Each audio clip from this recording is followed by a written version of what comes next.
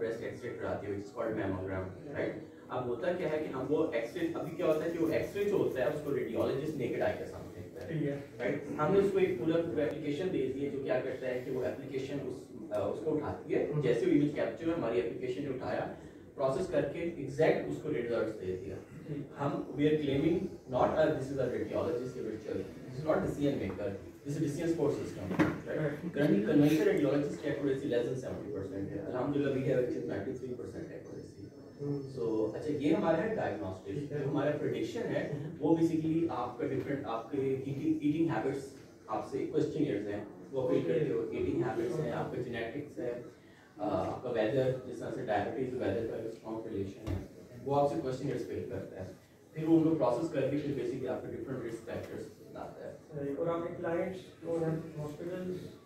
हाँ, जैसे अभी हम लोग हमारे जो उसमें पहला हमारा है B2B के अंदर हम लोग क्लाइंट्स हमारे डायरेक्ट हॉस्पिटल्स हैं, राइट। सर पाकिस्तान के अंदर अभी काफ़ी अच्छे हॉस्पिटल्स हैं, देन सऊदीया के अंदर एक बहुत बड़ा हॉस्पिटल है, रिमोट साइट्स के अंदर थे actually implementing over application.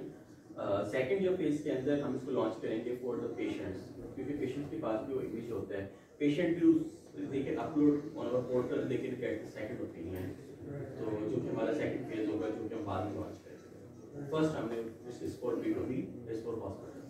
You are saying you got 90% accuracy, which means 7% false positive.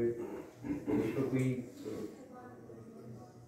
ऐसा solution जो कि communicate हो सकता है? Well, because we are dealing with medical issues. Yeah, we are very because in the healthcare, like अगर मतलब 300 million मैमोग्राम्स perform हुए पिछले साल, उसके अंदर से अगर 7% भी मिसडायग्नोज होता है, स्टिल एक पेशेंट के लिए तो इम्पोर्टेंट इंफॉर्मेशन है, मुझे कैंसर हो गया और आप उसको कम्युनिकेट करते हैं। नहीं देखो, द पॉइंट इज कि दिस इज इंक्रीमेंटल इंप्रूवमेंट ना, मतलब पहले हम विदाउट एआई लाइक हम लोग 30-35 मिसडायग्नोज करते थे, ठीक है। With the first wave of the AI, the first launch, like अब वो जो 35 से रिड्यूस होकर 7% पे आ गई है। डेफिनेटली हमारे researchers include bioinformaticians, AI engineers, PhDs जो कि फर्दर हम काम कर रहे हैं, वी आर होपिंग कि हम इसी एक्यूरेसी को 95-97 पे, but AI can not even claim 100%, we know के क्योंकि सेफ गार्ड भी है वो भी 99.9% जरासीम मारता है, 100% वो भी जरासीम नहीं मारता, ठीक है। तो वी आर एक्सपेक्टिंग हम इंशाल्लाह इसको मजीद इनहांस करेंगे। तो ये जो डेटा आप लेके आ रहे हैं ये कोई रियल डेटा है या आपने किसी से डेटा परचेज किया है, या किस तरह के डेटा के लिए पाकिस्तान का डेटा है या ऑल अराउंड द वर्ल्ड, कहाँ से डेटा कहाँ से देखा? हमारे बेसिकली डिफरेंट कोलैबोरेशंस हैं, यूके के अंदर हैं, यूएस के अंदर हैं, अभी रिसेंटली पाकिस्तान के अंदर हैं, अब हमारे पास लाइव डाटा भी आ रहा है, ये सारा रियल डाटा है, ठीक है। It's not you can say synthesized data, ये सब रियल डाटा है, जिसमें यूके से आया, हमें यूएस से आया, हमारी पार्टनरशिप्स हैं, एंड देन कुछ पाकिस्तान से मिला था। तो अब तो हमारे क्योंकि जो क्लाइंट है वो सारा डाटा, क्योंकि it's cloud based application, right, वो सारा हमारे पास जो हमारे सेंट्रलाइज है पैक सिस्टम या डाटा मैनेजमेंट सिस्टम, उसके अंदर हम लाइव डाटा भी हमारे पास डेली बेसिस के ऊपर भी आ रहा है। तो ये जो एक्यूरेसी है 93% ये टेस्ट डेटा के ऊपर है या ये ट्रेनिंग डेटा के ऊपर है? ये टेस्ट के ऊपर, बिकॉज हमारी जो है कि because health care is very critical, ठीक है। इसके अंदर जो है कि इससे कोई ऑनलाइन पोर्टल बेचना is very easy, but the health care products तो काफ़ी जो है ना कि एक सेंसिटिव चीज़ है, तो उसको हम क्या करते हैं कि लेट्स सपोज हमारे पास जो डाटा होता है, हम सबसे पहले क्या करते हैं कि एक पर्टिकुलर एक अनसीन डाटा सेट हम सेपरेट कर देते हैं।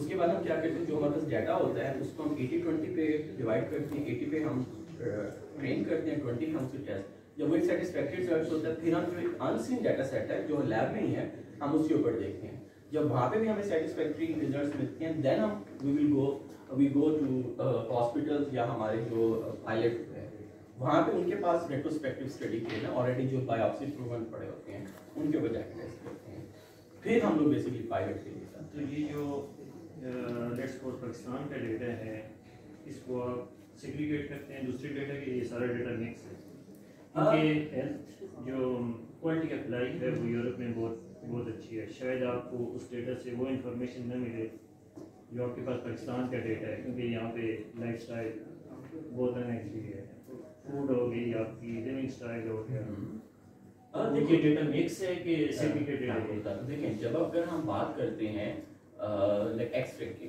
ठीक है। अगर मैं फॉर एग्जांपल देखें एक्सरे में आज अपने हाथ में करूँ और एक यूएस में बंदा अपने हाथ का एक्सरे करते हैं, एक्सरे पिक्सल इमेज वो एक है, क्योंकि वही 7, 8, 10 मैन्युफैक्चरर्स हैं, वही ये एक्सरे की मशीन बना रहे हैं, उनके जो डोज है उनके एक्सेट्रा वो एक सेम है। अब मेरे हाथ के एक्सरे लें और आप शायद दुनिया में किसी भी इंसान जाके हाथ के एक्सरे लें, राइट। अब जो मेरी बॉडी के अंदर अगर मेरी हड्डियां टेढ़ी हैं तो वो टेढ़ी आएंगी, बट एक्सरे जो है ना पिक्सल लेवल वो सेम रहेगा, ठीक है। इमेज क्वालिटी ऑलमोस्ट 98% सेम रहेगा, राइट। जेनेटिक लेवल के ऊपर जो होता है आपका जियोग्राफिकल इम्पैक्ट आता है, आपके genetic data, even micro organisms even with in Pakistan state जो है ना कि रीजन टू रीजन डिफरेंट होते हैं।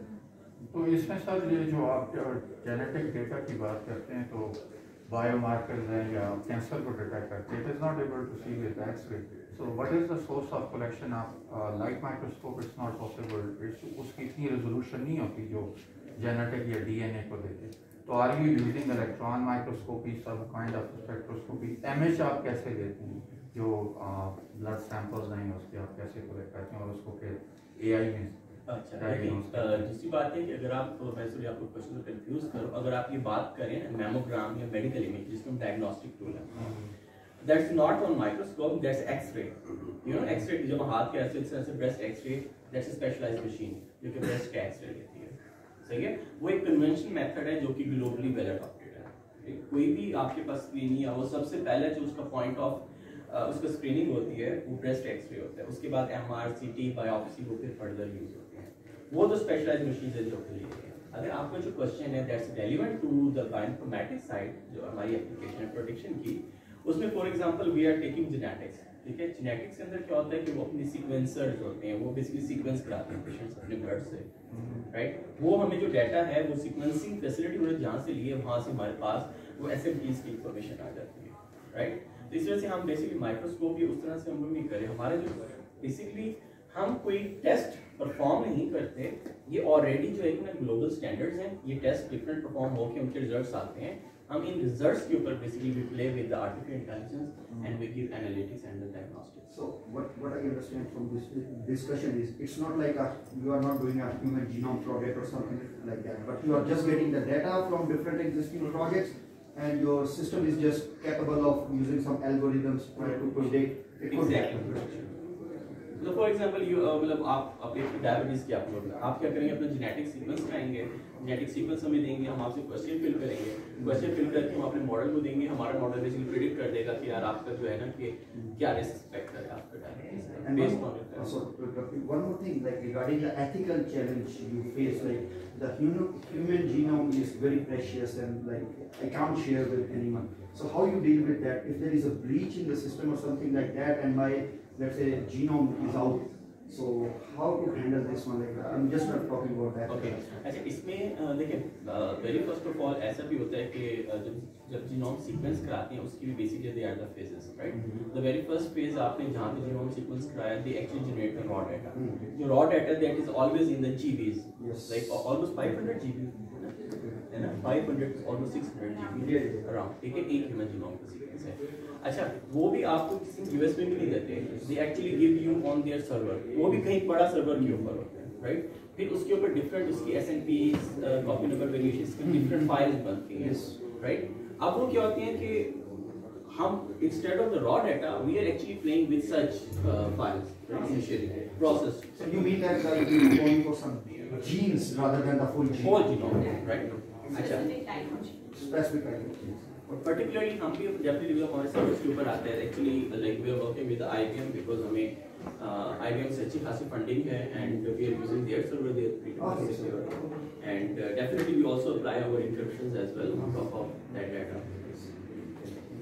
हमने कहा कि पहले यूजुअली सिम्पटम्स के बाद डिटेक्ट करते हैं, लेकिन हम प्रेडिक्ट कर रहे हैं, लेकिन ब्रेस्ट कैंसर की बात करें तो उसका तो कोई रूट काज कोई माइक्रो ऑर्गेनिज्म चाहिए, वह नेक्रोसिस या कोई माइटोसिस के दौरान कुछ हो जाता है तो भी हो जाती है, तो फिर प्रेडिक्ट तो आप फिर भी नहीं कर सकते। इसमें आप देखिए ना, देखिए जिनके अंदर ब्रेस्ट कैंसर फैमिली के अंदर चलता है, ठीक है, उनके अंदर फैमिली, इसका मतलब ये है कि दिस इज जेनेटिक, ठीक है, we call this like you can say genetic disease, इस तरह से डायबिटीज और अल्जाइमर भी जेनेटिक भी आपकी चलती है। समटाइम्स क्या होता है कि कोई मतलब फैमिली में नहीं है, बट क्योंकि ultimately this is the result of the mutation, ठीक है। कोई भी म्यूटेशन हुई किसी भी रीजन से, उसे जेनेटिक या कोई एक्सटर्नल म्यूटेशन हुई, ठीक है, this cause.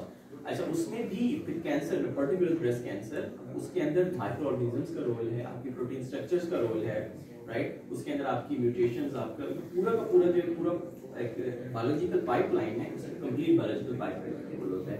Because cancer is not related to एक gene, it's very complicated structure जब किसी को कैंसर ऑनसेट होता है। Just for one question, for my own understanding, जैसे आपका डेटा प्राइवेसी एक्ट्स होते हैं कंट्रीज में, डेटा शेयरिंग एक्ट्स होते हैं और ये इंटरनेशनल स्टैंडर्ड्स होते हैं जिसके अंदर आप रह के काम करते हैं, अभी तक कोई पाकिस्तान में या अराउंड द वर्ल्ड कोई ऐसे एक्ट्स बने हैं कि आपकी क्या लिमिटेशन है कि आप अपने AI के आपके जो भी प्रोग्राम्स हैं या प्रोडक्ट्स हैं आपको उस लिमिटेशन के अंदर यूज़ कर रहे हैं, कोई अभी तक हैं कोई स्टैंडर्ड्स हैं इंटरनेशनल? पाकिस्तान में अनफॉर्चुनेटली यहाँ पे हर इंडिविजुअल लेवल के ऊपर अपना एक वो है, ठीक है, बट ग्लोबली जिस तरह से हमें HIPAA कंप्लाइंस का ख्याल रखना होता है। HIPAA दैट मीन्स कि यार we are taking care of medical, क्योंकि the data we are playing mammogram or genetic code, that's highly sensitive data, ठीक है, we are taking care of this data, तो वो we have to take care of the HIPAA compliance, उसके अपने standards हैं, we have to take care of that। नहीं, AI के अपने कोई स्टैंडर्ड्स नहीं, ये मेडिकल के स्टैंडर्ड्स। जी जी, मेडिकल के अपने स्टैंडर्ड्स we follow that। मेरा नाम शाहरुख। और आपको AI में आपकी क्वालिफिकेशन? यार जो मेरी education that is in bioinformatics, and उसके बाद जो मैंने काम किया वो that is I got in the AI, then I served health care in Pakistan and Middle East, and then I started my first IoT company, Smart. It was very well known in Pakistan as well.